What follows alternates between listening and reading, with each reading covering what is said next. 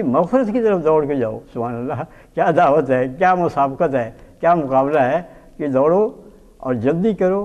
کس چیز کی طرف؟ اللہ تعالیٰ کی مغفرت کی طرف اور اس کی جنت کی طرف. جنت بھی ایسا کوئی باغیچہ نہیں ہے جیسے کہ پائے باغ ہے اور دھوس سماوات والارض. اس کی وسعت اتنی ہے جس کی زمین اور آسمان کی وسعت ہوتی ہے.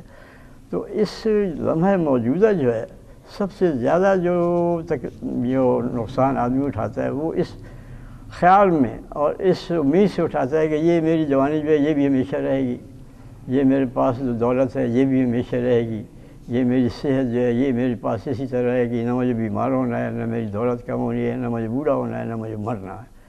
یہ ساری چیزیں اگر آدمی یہ سمجھے کہ عارضی ہیں، یہ دھوپ جو ہے یہ ڈھلنے والی ہے، یہ سایہ جو ہے یہ موت کا جو ہے یہ چھوڑنے والا ہے. ان میں سے کوئی چیز بھی ایسی نہیں ہے جس پر آدمی اعتبار کر سکے کہ یہ تو جو ہمیشہ ہمارے پاس رہے گی. تو ان چیزوں کے سلسلے میں انسان کو دھوکہ نہیں کھانا چاہیے کہ ان میں سے کوئی چیز بھی ہمارے قبضے میں نہیں ہے کہ ہمارا قبضہ جو ہے ان پر ہمیشہ رہے گا. ہم بوڑھے نہیں ہوں گے، ہم جوان ہی رہیں گے، ہم بیمار نہیں ہوں گے، صحت مند ہی رہیں گے.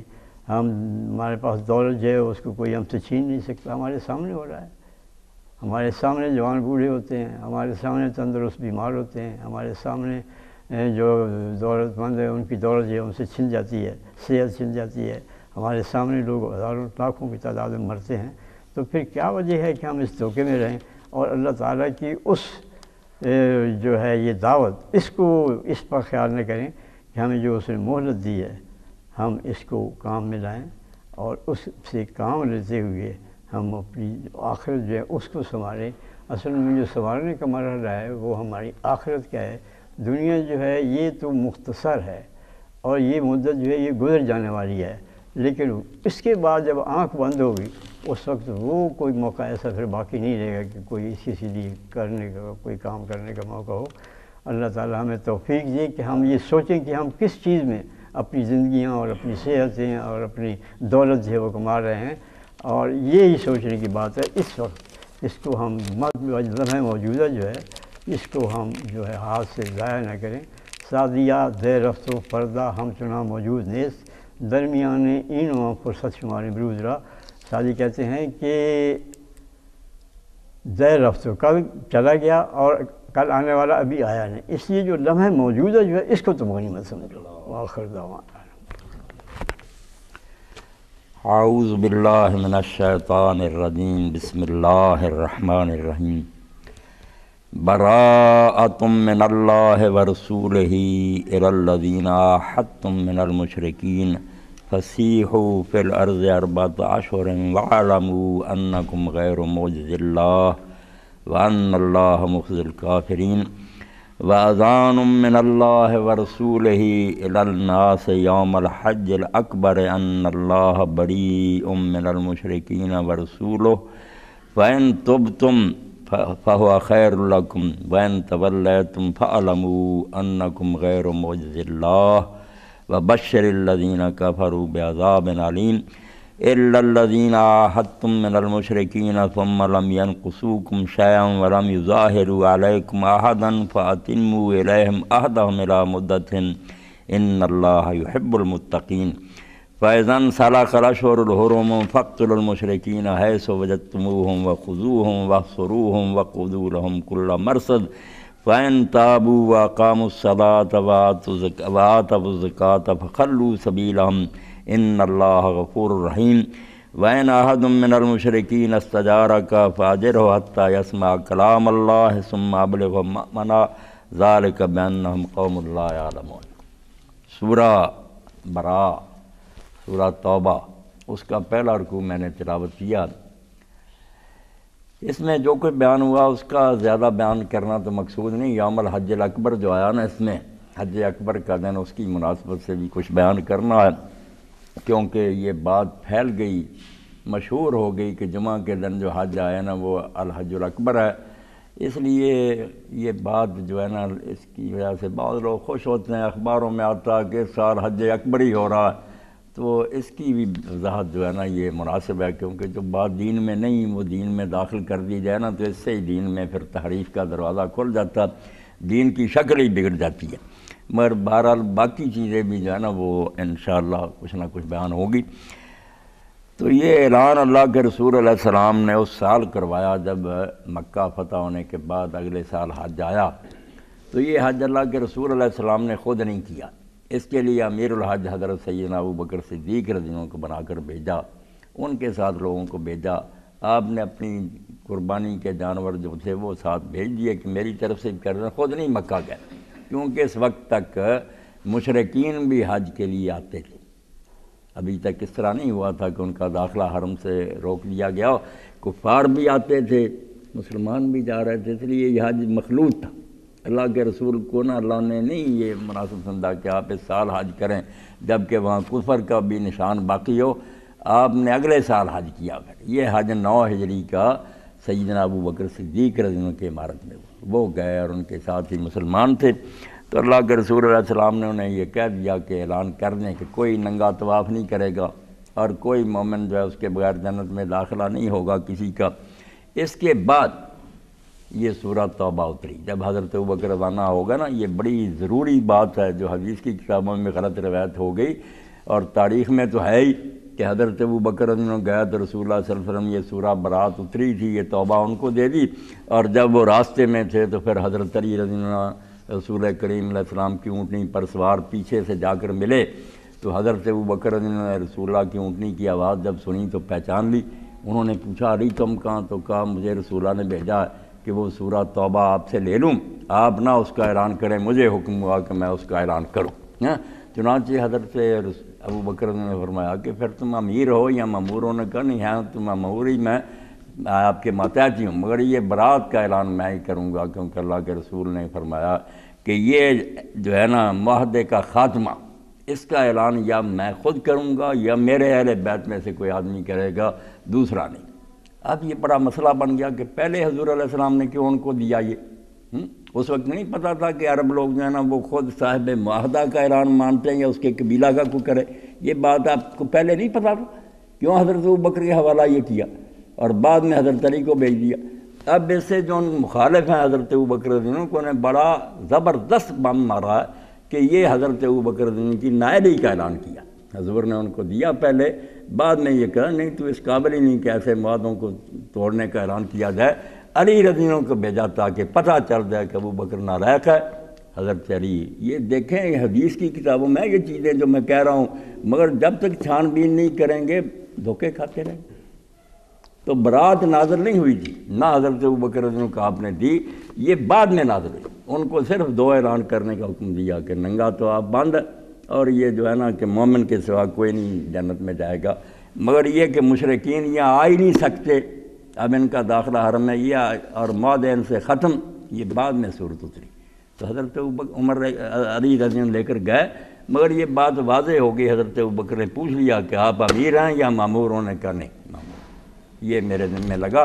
تو وہ اعلان کرتے تھے، اور لوگ بھی ان کی مدد کرتے تھے۔ حضرت ابو ہریرہ رضی اللہ عنہ کہتے جب علی تھک جاتے تھے پھر حضرت ابوبکر بھی اعلان کرتے، ہم بھی کرتے، بہت مجمع تھا، جگہ جگہ اعلان کیا جا کر، اور اعلان تھا بڑا خطرناک، کوئی آسان اعلان نہیں تھا، سارے مسلمان بھی کانپ رہے تھے، آگے آتا کہ مسلمان لرزتے تھے، اتنا خطرناک اعلان، یہ سارے تھے عرب میں جو بچے کھجے ان سے دشمنی کا، اور آپ نے الٹیمیٹم دے دیا جنگ ہو جائے گی، اور یہ بھی کہ اگر وہ مشرکین نہیں آئیں گے تو یہ تجارت جو ہوتی تھی مکے میں منڈیاں لگتی تھی، یہ کاروبار کا بھی بڑا نقصان ہوگا، یہ سارے خطرے تھے، مگر اللہ تعالیٰ نے فرمایا نہیں اعلان کرو کچھ بھی نہیں ہوگا۔ مگر جب اعلان ہوا تو اس وقت واقعی مشرکین جو تھے نا انہوں نے جواب نہیں دیا زبانوں سے، اپنے میانوں سے تلواریں نکالی کھڑی کر، یعنی اگر یہاں تک نوبت پہنچی ہے نا تو پھر خون خرابہ ہی ہوگا، ہم مر جائیں گے، یہ بات نہیں ہوگی۔ مگر اللہ نے اپنا فضل فرمایا کہ دب گئے وہ، بعد میں مروب ہو گئے، لڑائی کی نوبت نہ آئی۔ تو یہ حضرت ابوبکر کا قصہ بھی بہت تحقیق طلب ہے، زیادہ نہیں اس کا غلطی سے کوئی ایسا بیان کرنا چاہیے کہ کچھ کا کوئی مطلب بن جائے۔ تو اللہ تعالیٰ نے کہا کہ اعلان فرمائے، اور اس سال جو حج تھا اس کے بارے میں یہ کہا کہ حج اکبر کے دن یہ اعلان ہونا چاہیے۔ تو حج اکبر لوگوں نے بنا لیا کہ حج اکبر ہوتا ہے جو جمعہ کے دن آئے، حالانکہ حضرت ابوبکر نے جس سال حج کیا جس دن کا اللہ کہہ رہا ہے کہ یوم الحج الاکبر، حج اکبر کے دن اعلان کریں، کچھ ترجمہ کر لیں کہ حج کے بڑے دن، ایسی بات نہیں، یوم الحج الاکبر ہے، اکبر حج جو ہے اس دن ہی اعلان کرے. ہاں حالانکہ جمعے کے دن نہیں تھا وہ. تو حج اکبر کیوں کہا گیا؟ اس لیے کہ عرب لوگ جو تھے وہ بھی کہتے تھے، دین بھی مانتا کہ جو عمرہ ہے وہ ہوتا الحج الاصغر، وہ زیارت ہے بیت اللہ شریف کی. جب بھی آدمی جائے کر لے وہ حج اصغر ہے. اور اس کے مقابلے میں یہ متعین دنوں میں جو ہے یہ حج ہے حج اکبر. یہ زیارت بڑی زیارت ہے جس کے دن مقرر ہیں اور آگے پیچھے نہیں یہ ہو سکتی. چنانچہ یہ میں تھوڑا سا حاشیہ پڑھ دیتا ہوں. سب نے یہ لکھا مگر یہ مولانا عبدالماجد ندوی رحمۃ اللہ علیہ نے جو تفسیر ماجد میں لکھا، حج اکبر حج ہی کو کہتے ہیں، کوئی مخصوص قسم کا حج مراد نہیں. یہ نا کہیں کہ کوئی خاص حج ہوتا جو حج اکبر ہوتا، ہر حج ہی جو ہے نا وہ حج اکبر ہوتا. اکبر کا لفظ صرف حج اصغر یا عمرہ سے تقابل امتیاز کے لیے. یہ جو حج اکبر کہتے ہیں نا، یہ حج اصغر جو چھوٹا ہے نا حج عمرہ، اس کے ساتھ کمپیریزن کرنے کے لیے کہ وہ چھوٹا ہے یہ اس کے بعد بڑا. ھذا هو الحج الاکبر لأن العمرۃ تسمى الحج الاصغر. امام راضی فرماتے ہیں تفسیر کبیر میں کہ حج کو حج اکبر کہا جاتا ہے، کوئی حج بھی ہو، کیونکہ عمرہ جو ہے اس کو چھوٹا حج کہا جاتا. قال مجاہد رحمہ اللہ الحج الاکبر القران والحج الاصغر العمرہ. قاضی ابوبکر بن عربی قال القاضی اذا نظرنا في هذه الاقوال فالمنقح من ان الحج الاکبر الحج كما قال مجاہد ابن عربی. یہاں مراد 9 ہجری کا یوم الحج ہے. یوم حجہ کی اصطلاح 9 ذی الحجہ یوم عرفہ کے لیے 10 ذی الحجہ کو بھی یوم النحر کہتے ہیں.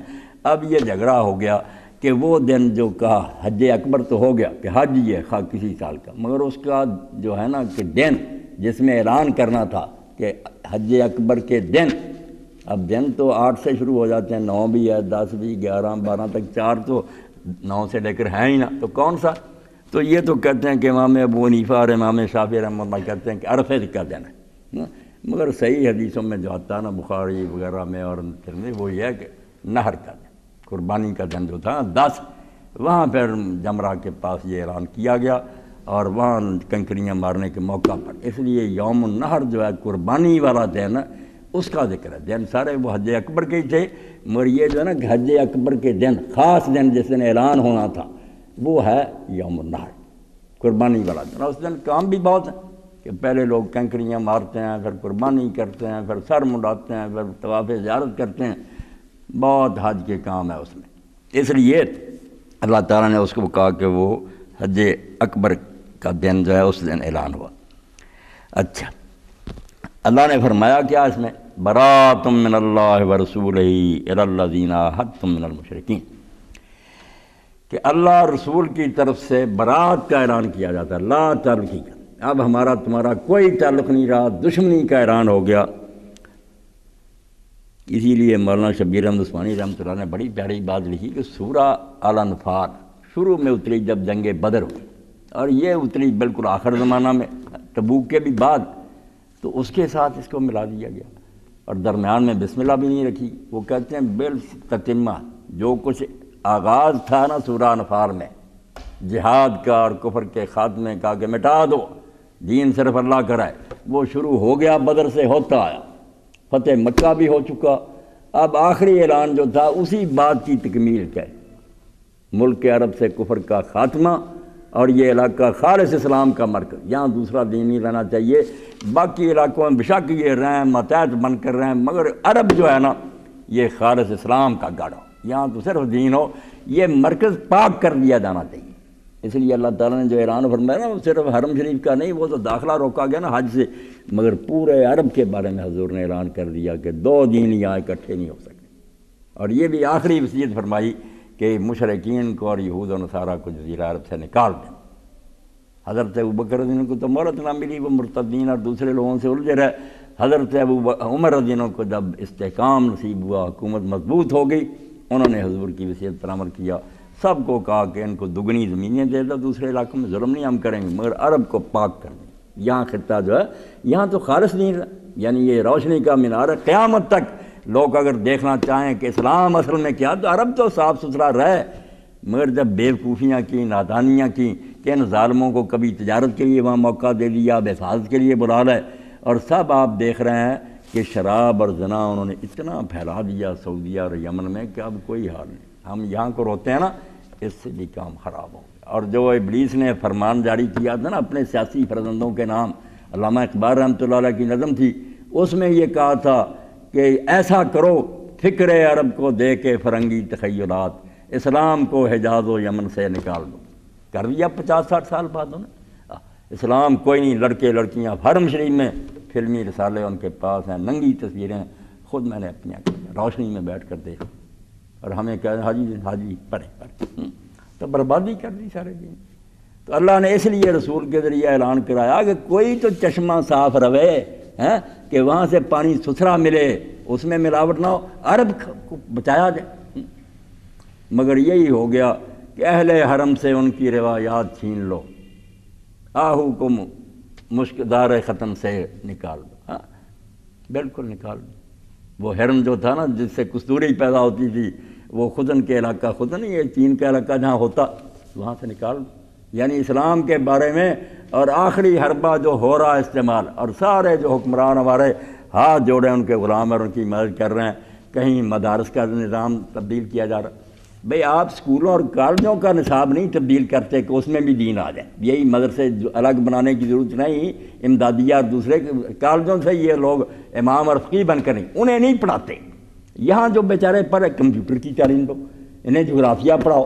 بھئی دینی کتابیں ایسی، اگر کوئی ظالم ان کو دیکھے، اگر واقعی کوئی آدمی صحیح معنوں میں دین کا عالم بننا چاہتا ہے تو گلے کی بات نہیں، وہ خود اپنی اتنی مصروفیت ہے ان میں کہ کہاں وقت ہے اس کے پاس انگریزی پڑھنے کا اور دوسری چیزیں پڑھنے کا۔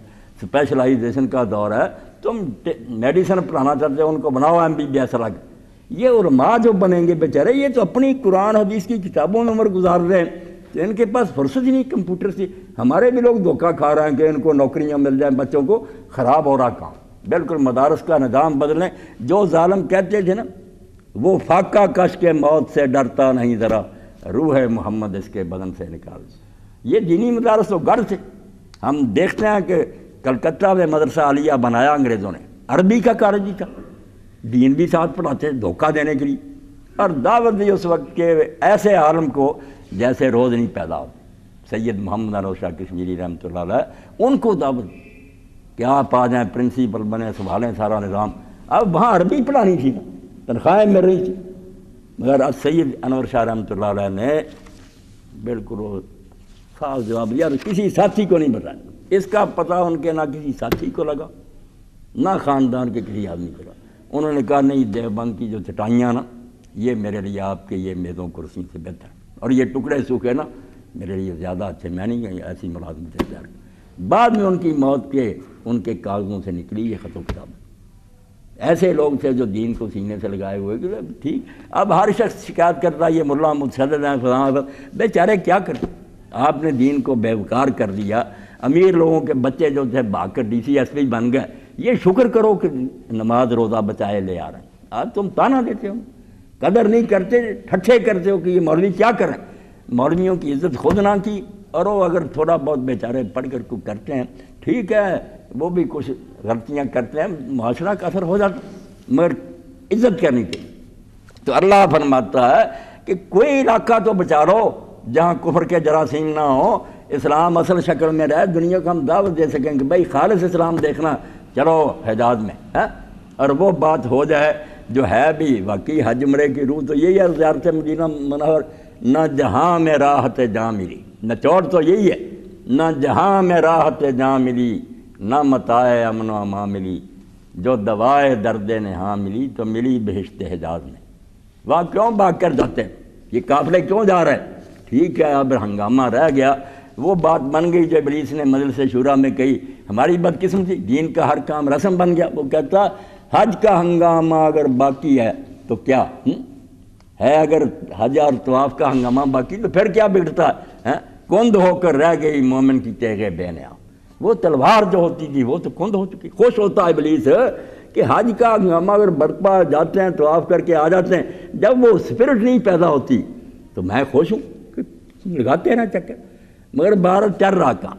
اللہ نے اپنے رسول کے ذریعے یہ صورت اتاری تو بسم اللہ کی ضرورت نہ سمجھی کہ یہی انفال ہی چل رہی ہے، یہ اس کا ہی تتمہ کو الگ نہیں۔ جو مضمون انفال میں آیا تھا کہ لڑو حتیٰ کہ دین اللہ کا ہو جائے، فتنہ ختم ہو جائے، وہی تو مکمل ہو رہا۔